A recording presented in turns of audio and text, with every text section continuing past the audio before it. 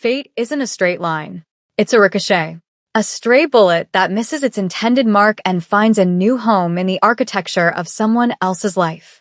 They tell you violence is a transaction, a simple exchange of force for a desired outcome. They're wrong. Violence is a seed. Once planted, you can never be sure what will grow, or whose garden it will choke. Tonight, a debt would be created in blood and paid for with a soul, and the currency would be a choice made in the space between one breath and the next. A choice that would prove that the most dangerous thing in a world of monsters isn't the man with a gun, but the woman with nothing left to lose. Rewind. 5 hours earlier. The rain didn't just fall on the city. It bled down the plate glass windows of Aria, a restaurant so exclusive its air tasted like money. Outside, the world was a watercolor of blurred headlights and hunched shoulders. Inside, it was a warm, velvet-lined box of quiet confidence. For Layla, it was just Tuesday. It was the ache in her feet from shoes with soles worn thin as a promise. It was the crumpled eviction notice in her locker, its sharp edges a constant, nagging pressure against her ribs. At 21, she was an expert in the art of the invisible.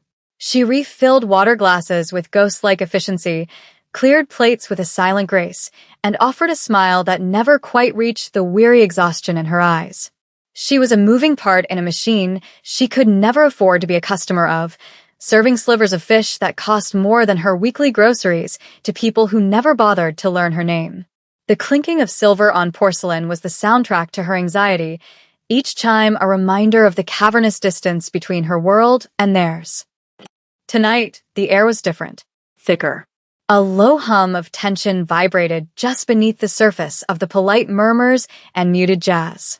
The staff moved with a clipped, nervous energy. Layla felt it like a change in atmospheric pressure, a storm gathering just offshore. She straightened her apron, the cheap fabric a stark contrast to the silk and cashmere drifting past her, and prepared to disappear again. But fate, that ricocheting bullet, was already in the air. It was looking for a target. And in a room full of power, it would find its mark in the one person who had none at all. She smoothed a non-existent wrinkle from a tablecloth, her reflection a fleeting, tired smudge in the polished silver. She had no idea the reflection staring back was of a woman whose life was about to be broken open, shattered, and remade in steel and shadow. The transaction was coming. The shift in the room was palpable, a silent, collective intake of breath. It wasn't loud. It was the opposite. A sudden, deferential quiet fell over the main dining floor as the doors opened. 2 figures entered, moving through the space not as guests, but as gravity itself, bending the light and sound around them. The man in front was Minjun. He was carved from ice and ambition, his suit a razor-sharp silhouette of black wool that seemed to absorb the ambient light. His face was a study in controlled stillness, his eyes missing nothing, assessing every glance, every shadow, as if the world were a chessboard and he was already 5 moves ahead. Behind him, a mountain of a man named Sang, his bodyguard, stood with the serene menace of a predator at rest. But it was the woman on Minjun's arm who drew Layla's focus. She was older, her posture radiating a quiet, unshakable dignity. Mrs. Park. Her hair was a crown of elegant silver, and she wore a dress the color of a deep forest, its dark green silk shimmering as she moved. She was the calm at the center of her son's storm. Layla's manager, his face pale and slick with sweat, gestured frantically. Table 7. That's you, Layla. Be perfect. Do not speak unless spoken to. Do not make eye contact with him. Address only the mother. The instructions were whispered with the frantic terror of a man who understood the stakes. Layla's heart hammered against her ribs, a frantic bird in a cage. She had seen men like him before, men who moved with the chilling certainty that the world belonged to them. They were a different species. She approached the table, her worn shoes silent on the plush carpet. "Good evening, ma'am. May I offer you some water?" she asked, her voice steady, her eyes fixed respectfully on the elder woman. Mrs. Park offered a small, kind smile.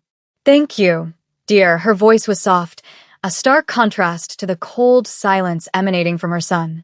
Minjun didn't look at Layla. He was scanning the room, his gaze lingering on the exits, the windows, the other patrons. He wasn't having dinner. He was occupying territory. Layla moved with practiced care, pouring the water, her hands steady despite the tremor deep inside her. She could feel his presence like a physical weight, a cold spot in the warm room. She saw the way other diners angled their bodies away, the way the staff gave the table a wide berth. This wasn't respect. It was fear. A deep, primal understanding that they were in the presence of apex power.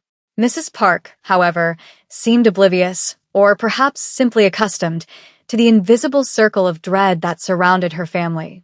She asked Layla a simple question about the menu, and for a fleeting moment, it was just a conversation between two women. A brief, fragile pocket of normalcy in a room pregnant with unspoken danger. The meal progressed in a state of suspended tension. Each course was served and cleared in near silence, punctuated only by Mrs. Park's occasional soft-spoken compliments. Layla moved like a phantom, her focus narrowed to the table, to the simple, grounding tasks of her job. Yet, she couldn't ignore the details at the edge of her vision. The busboy clearing a nearby table wore a uniform that was just a little too new, a little too stiff. He avoided her gaze. A side door to the kitchens, usually propped open, was now firmly shut. Small things. Wrong things. Minjun noticed them too. His stillness had become absolute, his hand resting on the table just inches from his mother's. He was a coiled spring. The dessert course had just been served, a delicate pear tart for Mrs. Park, when the first sound came. Not a bang, but a muffled, wet thump, like a heavy book falling on carpet. It was the sound of a silenced gunshot hitting the maitre d' by the entrance. Then another. Chaos erupted. Screams tore through the polite ambience. Patrons scrambled, overturning tables and chairs. Glass shattered. But Layla's world had shrunk to a single, horrifying point of focus. Across the room, the new busboy was no longer a busboy. He held a pistol, its suppressor a dark, ugly snout. And he wasn't aiming at the formidable figure of Minjun. His target was the old woman in the dark green dress. Time seemed to stretch and warp. Layla saw the shift in the gunman's stance, the cold, impersonal focus in his eyes. She saw Mrs. Park's look of frail confusion. She saw Minjun moving, a blur of deadly grace, but he was a fraction of a second too late. There was no thought. There was no calculation of risk or reward. There was only a primal, overwhelming instinct. A deep, unbidden reflex to shield the vulnerable. In one explosive, desperate motion, Layla threw herself forward. She didn't push Mrs. Park out of the way. She became a wall. She covered the older woman's body with her own, her arms wrapped around her fragile shoulders, her back to the threat. The world exploded in a starburst of white-hot agony. The impact felt less like a piercing and more like a brutal punch from a fist of molten steel, slamming into her back, just below her shoulder blade. The force stole her breath, driving the air from her lungs in a choked gasp. The sound of the restaurant, the screams, the chaos, all faded into a deafening, distant roar. As her knees buckled and the plush carpet rushed up to meet her, the last thing she saw was Minjun's face. The mask of icy control was shattered, and in its place was a raw, blazing expression of shock and something else, something terrifyingly complex, as he stared at the nobody waitress bleeding out to save his mother. Consciousness returned not as a gentle dawn, but as a sharp, unwelcome intrusion. The first thing she registered was the pain, a deep, throbbing fire in her back, tamed but not extinguished by whatever drug was dripping into her veins. The second was the silence. It was a heavy, sterile silence, broken only by the quiet, rhythmic beep of a heart monitor. This wasn't a hospital. Hospital rooms smelled of antiseptic and quiet suffering. This room smelled of nothing, which was somehow more unnerving. It was all white walls, brushed steel, and a single, floor-to-ceiling window showcasing a dizzying panorama of the city's glittering skyline. She was on a bed with sheets, so fine they felt like cool water against her skin. A silk prison. A man in a doctor's coat was checking the fore-drip, his movements efficient and impersonal. He didn't speak to her. When he was done, he simply nodded toward the corner of the room and left. That's when she saw him. Minjun was sitting in a minimalist black leather chair, watching her. He hadn't moved. He was as still as a statue, his dark suit immaculate, betraying nothing of the chaos from hours before. The mountain, Sang, stood sentinel by the door. "You're awake," Minjun stated. It wasn't a question. His voice was flat, cold, devoid of gratitude or concern. It was the voice of a man examining a puzzle piece that didn't fit. "The doctor said the bullet passed clean through. It missed your spine by less than an inch. You'll recover," he delivered the news like a weather report. Layla tried to push herself up, but a fresh wave of pain seared through her back, and she fell back against the pillows with a gasp. His eyes narrowed. "Why?" The single word hung in the air, sharp and heavy as a blade. Layla swallowed, her throat dry. "What?" "Don't play games with me," he said, his voice dropping lower, each syllable laced with menace. "Nobody does something like that for nothing. Who sent you? Who are you working for? Was this a play to get inside? To earn my trust?" The accusations were a volley of ice-cold stones. He saw conspiracy and betrayal in an act of simple, stupid courage. Anger, hot and sharp, cut through her pain and fear. "Are you serious?" she whispered, her voice raspy. "I work for Arya. I make $12 an hour plus tips. The only person I'm working for is my landlord." A flicker of something, disbelief, maybe even frustration, crossed his face. "Altruism doesn't exist in my world. People are motivated by greed or fear. So, I ask you again, why did you shield my mother?" He leaned forward, his gaze pinning her to the bed. She met it, her own eyes blazing with a defiant fire she didn't know she possessed. "Because he was going to shoot her. Because she's an old woman. Because it was the right thing to do, you monster." The last word slipped out, raw and unfiltered. The room went dead silent. Sang shifted his weight, a subtle, dangerous movement. Minjun's face became a mask of cold fury. He stood up, towering over her. For a terrifying moment, she thought he might strike her. Instead, he stared down at her, his expression unreadable, a storm of suspicion and a dawning, unwelcome complexity churning behind his eyes. "You are either the best operative I have ever seen," he said softly, his voice a silken threat, "or the biggest fool.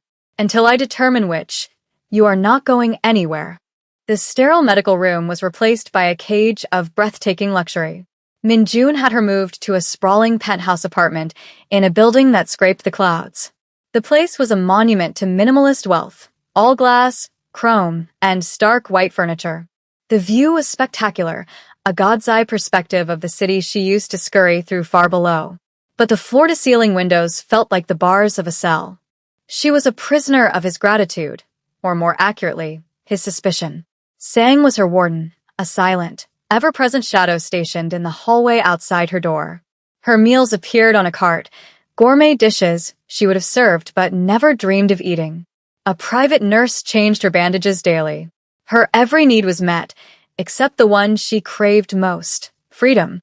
The days bled into one another, a blur of managed pain, enforced rest, and a growing, suffocating sense of dislocation.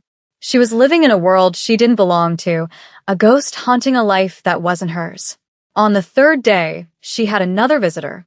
Mrs. Park entered the apartment, not with the force of her son, but with a quiet, unassuming grace. She dismissed the nurse with a gentle wave of her hand and sat in a chair beside Layla's bed. She held a small, simply wrapped box in her lap. "I wanted to thank you properly," Mrs. Park said, her voice filled with a sincere warmth that felt like the first ray of sun after a long winter. "My son, he lives in a world of sharp edges. He does not always know how to express gratitude." She opened the box. Inside, nestled on a bed of silk, was a small, intricately carved jade pendant of a hummingbird. "My mother gave this to me. It is a symbol of resilience, of finding sweetness in difficult places." She placed it gently in Layla's hand. The stone was cool and smooth. "You saved my life, child. That is a debt our family can never truly repay." Layla could only shake her head, overwhelmed. "I just reacted. A person's true nature is revealed in their reactions," Mrs. Park said, her eyes knowing and kind.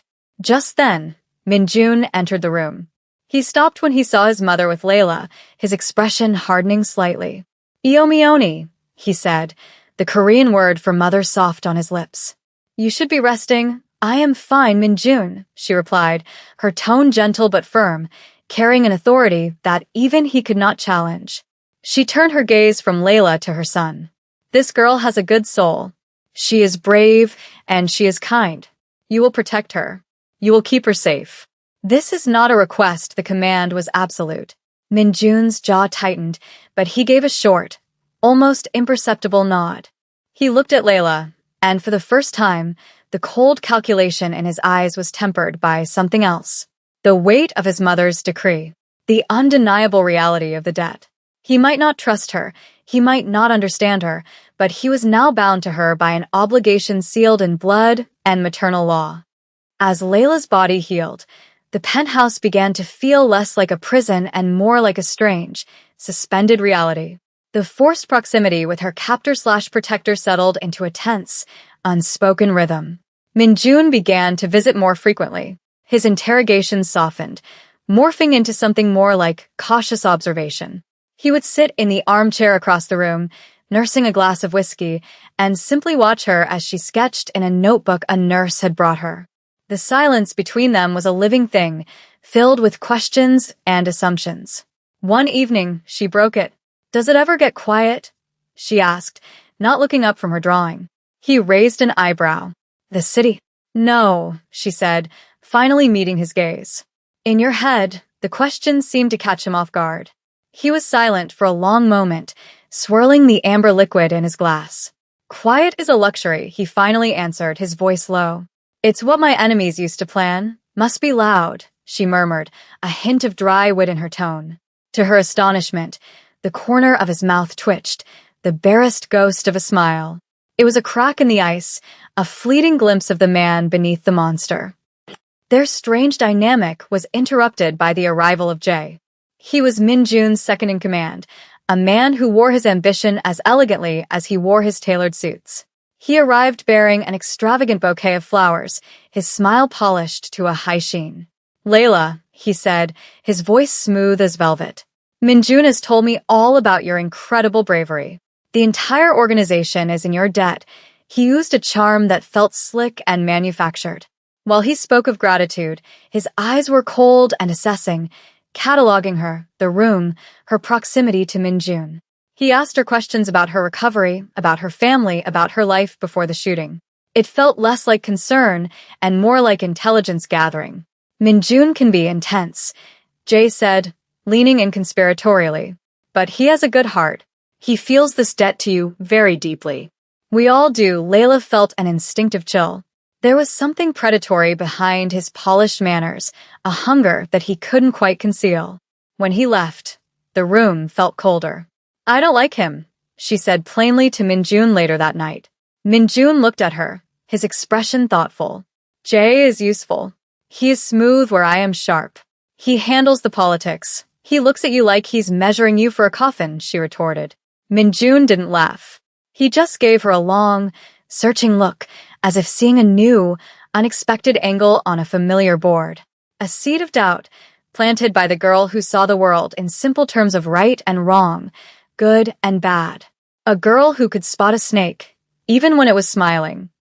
The outside world finally intruded in the form of a heavy, cream-colored invitation.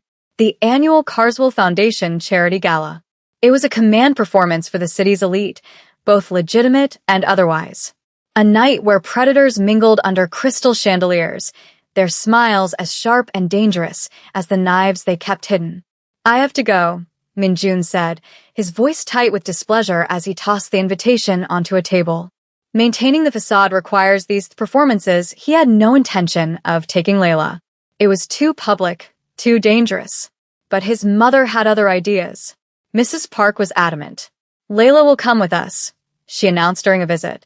"She has been locked in this apartment for weeks. She needs air. And she is family now. The person who saved my life will not hide in the shadows. She will sit at my side." Minjun's protests were useless against his mother's quiet, unyielding will. And so, Layla was drawn deeper into his world. A stylist appeared with a rack of designer gowns. Layla chose a simple, elegant dress of midnight blue silk that felt like a costume. As she looked at her reflection, she saw a stranger. The tired waitress was gone, replaced by a polished, poised woman who looked like she belonged in that world of wealth and power. It felt like a lie. The ballroom was a dazzling ocean of light and sound. The air hummed with whispered gossip and the clinking of champagne glasses. Layla clung to Mrs. Park's arm, feeling small and exposed. Minjun was a different person here. He moved with a predatory grace, accepting greetings from politicians and judges with a smile that never reached his eyes. He was a king in his court, and Layla was the mysterious new addition to his inner circle. Whispers followed them. Who is she? I've never seen her before. Minjun leaned close to her, his breath warm against her ear, his hand resting possessively on the small of her back. That man talking to the senator, he murmured, his voice a low rumble only she could hear. He runs the waterfront. He would sell his own children for profit. The woman in red? She launders money through her art galleries. Don't be fooled by the diamonds. This is the most dangerous room in the city. He wasn't just making conversation. He was arming her. He was showing her the world as he saw it, a battlefield hidden beneath a veneer of civility. Jay was there, of course, ever the smooth operator, moving through the crowd, his hand on Minjun's shoulder, whispering updates about security. Everything is locked down tight, he assured them with a confident smile. No one gets in or out without my say-so. The irony was a blade waiting to fall. As Layla watched Jay work the room, her earlier unease solidified into a cold certainty. He wasn't just managing security. He was mapping the exits. The trap was sprung with a calculated, theatrical flair. A fire alarm blared, its shriek cutting through the music and chatter. Panic, however, was slow to catch. Most guests assumed it was a drill, but Minjun knew better. His body went rigid. We're leaving. Now, he commanded, his voice a low, urgent growl. Sang was already moving, creating a path. But Jay was there first, his expression a perfect mask of calm urgency. This way, he directed, pointing toward a service corridor. It's the most direct and secure exit. I have my men stationed there. They'll take you and your mother to the car. I'll handle the evacuation. It all happened too fast. Minjun, focused on a potential threat from the front, hesitated for a split second. In that moment, Jay's men, disguised as hotel security, flanked Mrs. Park and Layla, ushering them toward the indicated corridor. Go with them, Minjun ordered Layla. Stay with my mother. It was a fatal miscalculation. As Layla and Mrs. Park were hustled down the sterile white hallway, the heavy fire door slammed shut behind them, the magnetic lock clicking into place with a sound of absolute finality. They were cut off. The security guards dropped their pretense. Their faces turned hard, their hands reaching for weapons. At the other end of the hall, Jay appeared, a satisfied smirk on his face. He's so predictable, Jay said, his voice dripping with contempt. Always so focused on the enemy in front of him, he never sees the knife at his back. Mrs. Park looked at him, not with fear, but with a profound, weary disappointment. You were like a son to me, Jay. He was the son. Jay snarled, his composure cracking. I was just the help. Tonight, that changes. The target was always you, old woman. Without you, his heart, he's just a rabid dog. Easy to put down, the men raised their guns. But Layla, once again, moved on instinct. She wasn't a fighter, but she was no longer just a victim. She grabbed a heavy-duty fire extinguisher from the wall mount.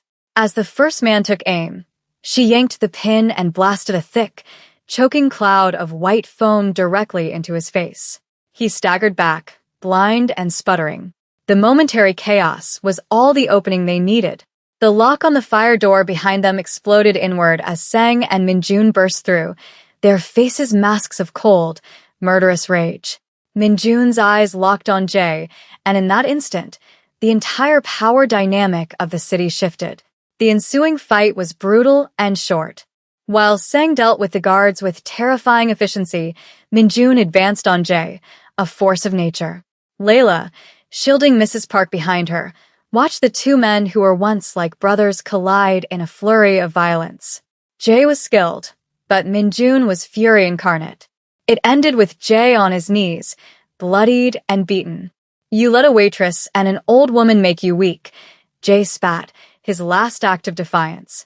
Minjun's reply was not a word, but the cold, final sound of a single, deafening gunshot that echoed down the empty corridor. The ride back to the penthouse was a silent, grim procession. The adrenaline of the fight had evaporated, leaving behind the metallic taste of blood and betrayal. Mrs. Park was quiet, her regal composure finally cracking, revealing the frail, shaken woman beneath. Sang drove, his knuckles white on the steering wheel. Minjun sat beside Layla in the back, not speaking, his presence a vortex of controlled violence. Back in the apartment, the silence stretched, thick and suffocating. Mrs. Park retired to her room, escorted by a female attendant. Sang took up his post outside, leaving Layla and Minjun alone in the vast, sterile living room. The glittering city lights outside seemed to mock the grim reality within. Layla sank onto the sofa, a tremor running through her body. She noticed a long, bloody scrape on her forearm from where she'd been slammed against the wall. Before she could react, Minjun was there. He knelt in front of her, a first aid kit in his hands. His movements were surprisingly gentle as he cleaned the wound, his touch light, almost hesitant. The brutal crime lord who had just executed his right-hand man without blinking was now tending to her like she was made of glass. "You shouldn't have been there," he said, his voice a low, rough rasp. He wasn't looking at her face, but at his work, his focus absolute. "If I hadn't been, your mother would be dead," she whispered, her voice trembling slightly. "Jay would have won," he stopped, his fingers hovering over her skin. He slowly lifted his head, and his eyes met hers. The coldness was gone. In its place was something raw and unguarded, a potent mixture of guilt, fury, and a terrifying, unfamiliar tenderness. He saw her not as a puzzle or a debt, but as the one fixed point of honor in his collapsing world. The one person who acted not out of greed or fear, but out of a simple, incomprehensible goodness. "This world," he said, his voice thick with self-loathing. "It will devour someone like you. It will chew you up and spit you out. Maybe," she said, her voice growing stronger. "Or maybe I'm tougher than you think." He finished bandaging her arm, his touch lingering for a fraction of a second longer than necessary. He stood up, not as a crime boss, but as a man stripped down to his essential truths. "The debt I owe you is no longer just for my mother's life. It's for yours. You are mine to protect now." It wasn't a declaration of love in any conventional sense. It was a vow, a claim, forged in gunfire and sealed in betrayal. It was his world's language for devotion. "You and my mother. That is the only law that matters to me now." Layla looked up at him, into the eyes of this dangerous, broken, and beautiful man, and for the first time since she'd been dragged into his orbit, she didn't feel like a prisoner. She felt safe. She simply nodded, accepting the weight of his promise. Weeks later, the storm had passed. The tremors from Jay's betrayal had shaken the city's underworld, but Minjun had moved with ruthless speed to consolidate his power. The vacuum was filled, the traitors purged. A new, colder order had settled over the streets. For Layla, the world had been irrevocably altered. The penthouse was no longer a cage. It had become a sanctuary. The fear had receded, replaced by a quiet, steady rhythm of a new life. She no longer felt like an imposter. She was simply here. She spent her afternoons sketching, filling pages with the cityscapes visible from her window, finding a strange beauty in the sprawling metropolis that had almost killed her. One evening, Minjun came home early. He wasn't wearing one of his immaculate, weaponized suits. He was in a simple gray sweater and dark pants, looking younger, less like a king and more like a man carrying the weight of his kingdom. He looked tired, but the violent tension that always coiled in his shoulders was gone. He was at peace. He didn't speak, just walked over to the kitchen and prepared a pot of tea, the familiar, domestic ritual a quiet statement in itself. He brought 2 cups to the window where Layla was sitting, handing one to her. Their fingers brushed, a small spark of warmth in the cool air. They stood together in comfortable silence, watching the sun dip below the horizon, painting the sky in hues of orange and violet. The city lights began to flicker on, a constellation of 1,000,000 different lives, 1,000,000 different stories, spread out at their feet. "I never used to notice the sunset from up here," he said softly, his voice a low murmur against the glass. "I was always looking down, watching for threats. What do you see now?" she asked. He turned his head, his gaze leaving the view and settling on her. "I see a reason to look up. Fate isn't a straight line. It's a ricochet. Sometimes it tears through you, leaving a trail of destruction. But sometimes, if you're impossibly, terrifyingly lucky, it shatters the life you knew, only to deliver you exactly where you were always meant to be." In the quiet of the twilight, surrounded by the silent, glittering city, the monster and the angel had found their hard-won peace.